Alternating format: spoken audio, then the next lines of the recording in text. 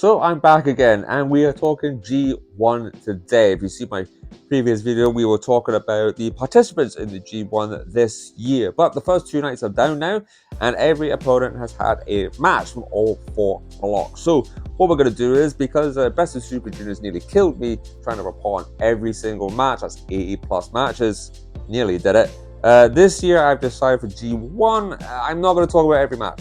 Don't get me wrong, I will recommend that you go watch every bloody match, but I will not be talking about every match. I will give you the results, so spoilers, remember spoilers.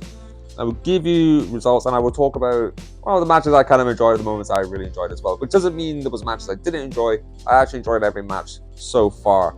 But anyway, look, let's get into night one, and I shall give you the results first for that. So the opening night was the A block and B block matches, so they were. So let's go through the results first, and then we will talk about the matches that I think you should definitely go and check out. So the opening match was Yoshihashi, and he picked up his first win against El Fantasma. I think it's his first win. I think it's his first opening win in G1 history.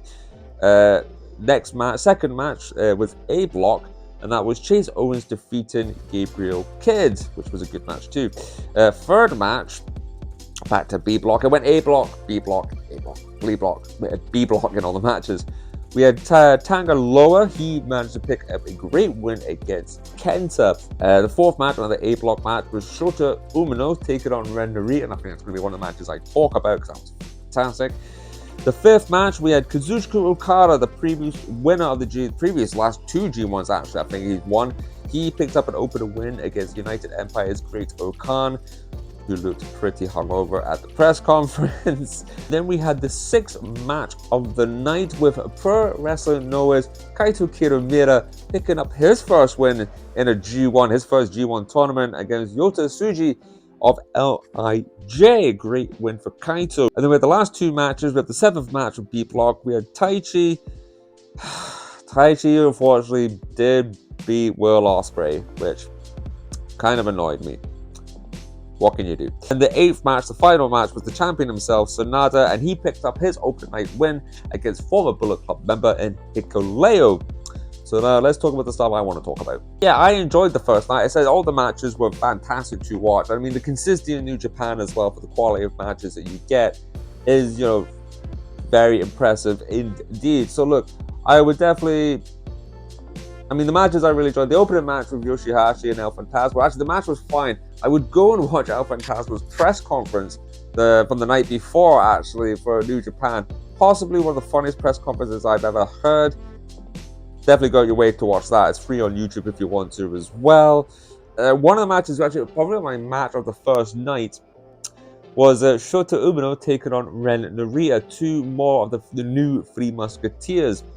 And this match, well, actually, previous years in G1, they always do 30-minute time limit. This year, they're doing a 20-minute time limit. And I thought to myself, we're probably going to get one or two more time limit draws. And sure enough, I was proven right. Fourth match into the first night, we get a time limit draw between these two guys. And it was a great 20 minutes, though. Great back and forth. These two obviously really want to prove themselves as they're coming up the ranks, especially someone like Shota Umino, who I know some of you will probably know from AEW and his work with the BCC as well. But this was a great little back and forth. These two obviously, they've worked together before, and just some of the reversals, some of the hits, they were really fired up, these two, for this match. Really enjoyed it. And well, that one as well, I would definitely probably also go and watch.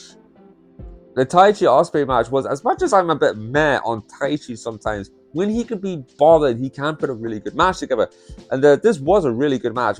He's working with Will Ospreay, for goodness sake, who's one of the best in-ring workers in the world right now. But I was quite surprised that Taichi actually picked up the win, because I thought maybe New Japan will want to keep Will looking strong, especially after defeating Kenny Omega at Forbidden Door.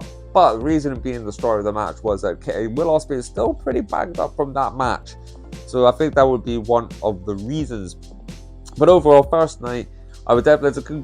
all the matches are great, but definitely Ren Narita and Shota, I would definitely go check out. Taichi Ospreay was fantastic as well. And definitely go check out Tsuji and Kaito Kiramura. Both those guys young and the future of Japanese professional wrestling. But anyway, that was the first night. Let's get into the second night. So as with the first night, I'm going to give you the results first, and then we will talk about the matches that I particularly enjoyed the most. So on the opening night, it was C block and D block action. So we did D block action. That sounds fucking terrible, doesn't it? Right.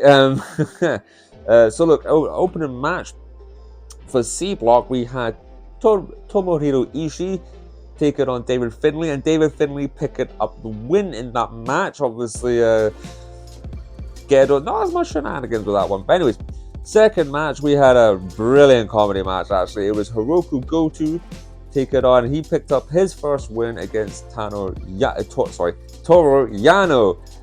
Brilliant match. Third match was a heavy hitter. We had Mikey Nichols picking up his first win in G1 against Aaron Hanane. And we will talk about Aaron Hanane's new look. If you've seen his entrance, you'll know what I'm talking about. Fourth match, we had Shane Hayes and Alex Coughlin going at it, and they had a really hard-hitting match. That was a good introduction. I've never really seen Shane Hayes too much before, but it was a good introduction for him. And he picked up a nice win against Alex Coughlin. Fifth match, we had the one I was looking forward to, and we'll definitely be talking about this match. It was Shingo Takagi taking on AEW's own Eddie Kingston. We all know he's a big fan of Japanese wrestling, and Eddie Kingston picking up his first win in the G1 and in Japan, and I'm sure he enjoyed every second of that, but we will talk about that match sooner or later. Sixth match, we had Tanahashi, the ace himself, taking on Zack Sabre Jr., who has been on fire this year in Japan and in the States as well, proving very popular with the fans.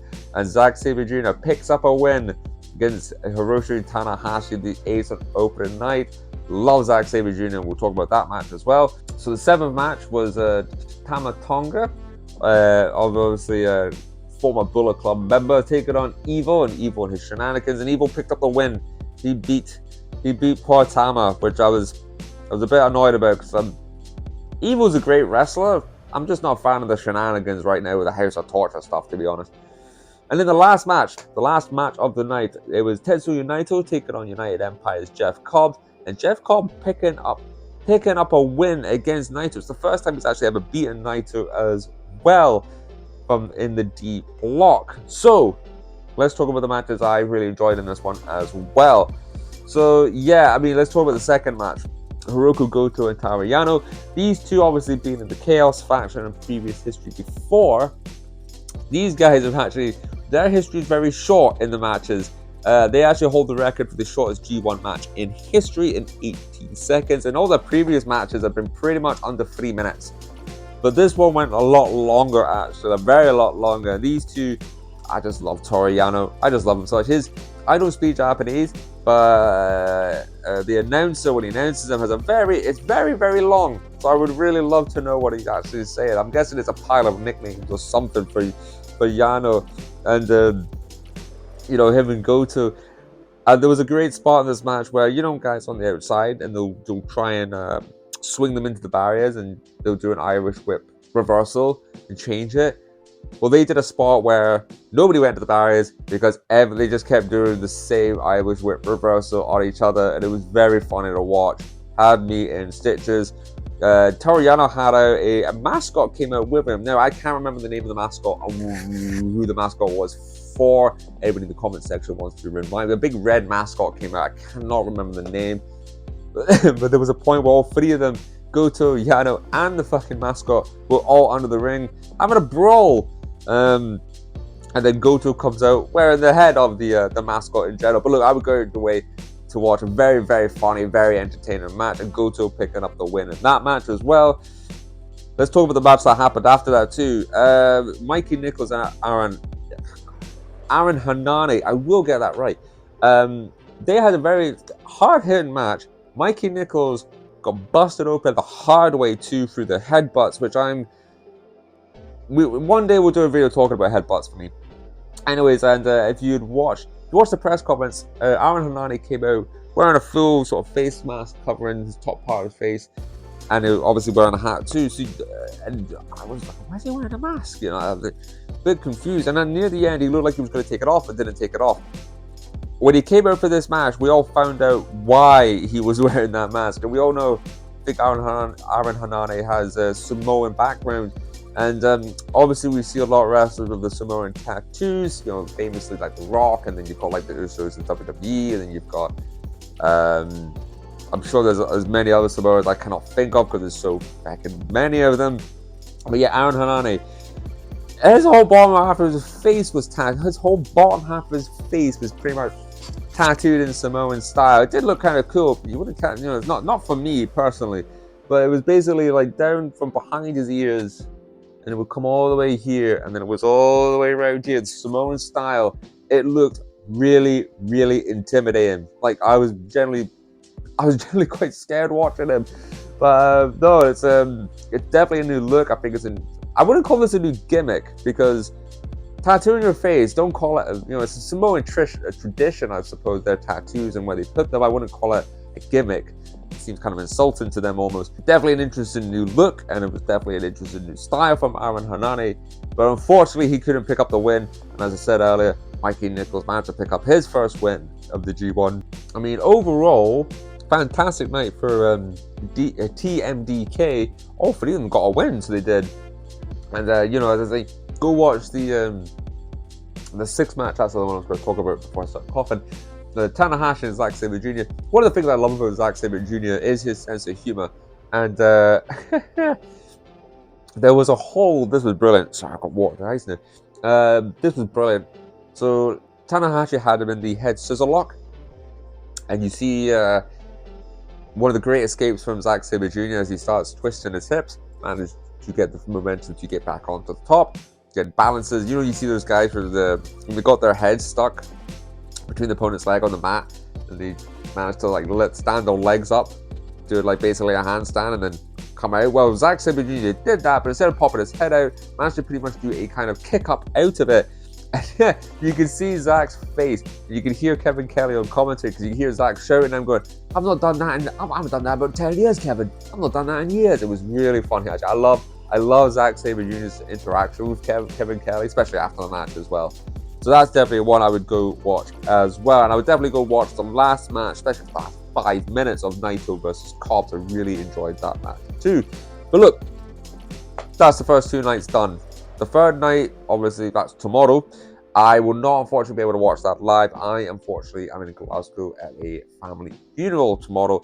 Hopefully, when I get home, I shall be able to get a chance to watch that. If not, I will catch up with that on I think there's a show on Wednesday as well. I need to check the schedule. But I will be back hopefully soon with more updates of this year's G1. So I'm going to keep it a bit more chill this year. I'm not going to report every bloody match because I'm going to recommend you guys to go out your ways to watch those matches. But also, after Best of Super Juniors, it almost just like killed me. So this is what we're going to do this year. Anyways, I hope you guys have a really, really good day. I am going to go to Glasgow now to see family and try and edit this video at the same time. So you guys have a great day, and I shall see you hopefully after the third G1 show.